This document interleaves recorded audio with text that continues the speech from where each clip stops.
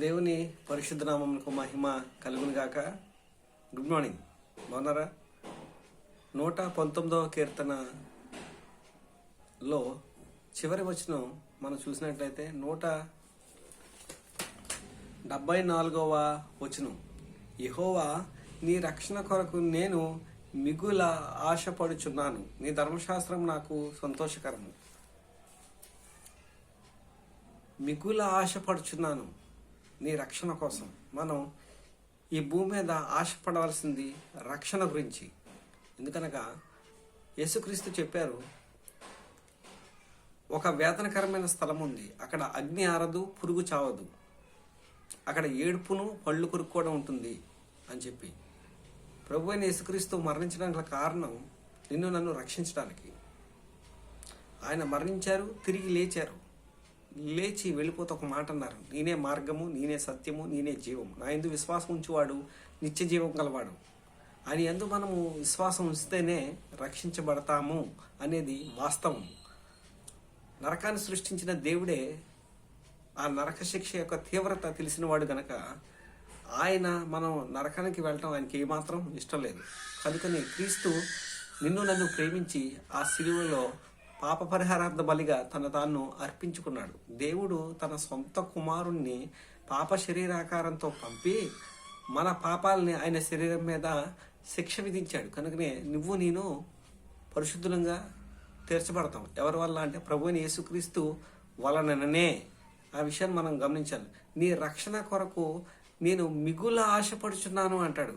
రక్షణ అనేది చాలా అమూల్యమైనది, విడుదల అమూల్యమైనది. ఆ రక్షణ మనం కావాలి అనుకుంటే ప్రభువైన యేసుక్రీస్తుని ఆశ్రయిస్తే ఆయన ఖచ్చితంగా నీకు నాకు రక్షణ ఇవ్వడానికి సిద్ధంగా ఉన్నాడు. మనం చేయాల్సింది ఏంటంటే ప్రభువైన యేసుక్రీస్తుని సొంత రక్షకునిగా అంగీకరించి ఈ భూమి మీద జీవించినంత కాలము ఆయన మార్గంలో ఆయన ఆజ్ఞల ప్రకారం జీవిస్తే నువ్వు నేను రక్షించబడతాం. ఆ తర్వాత బాప్తీసం తీసుకోవాలి. తీసుకున్న తర్వాత ఆయన మార్గాల్లో మనం నడిచినట్లయితే మనము రక్షించబడతాం. రక్షించబడిన తర్వాత మనం ఏం చేస్తామంటే అంటాడు కదా, నా పెదవులు నిన్ను స్తోత్రగానం చేయుచున్నవి, నా నోరు నీ గురించి పాడుతుంది అని చెప్పి భక్తుడు అంటాడు. చూడండి ఆ మాట ఎంత అద్భుతంగా ఉందో. నా పెదవులు నీ స్తోత్రమును ఉచ్చరించును అంటాడు. అలాగే నన్ను బ్రతికించుము, నేను నిన్ను స్తుతించెదను.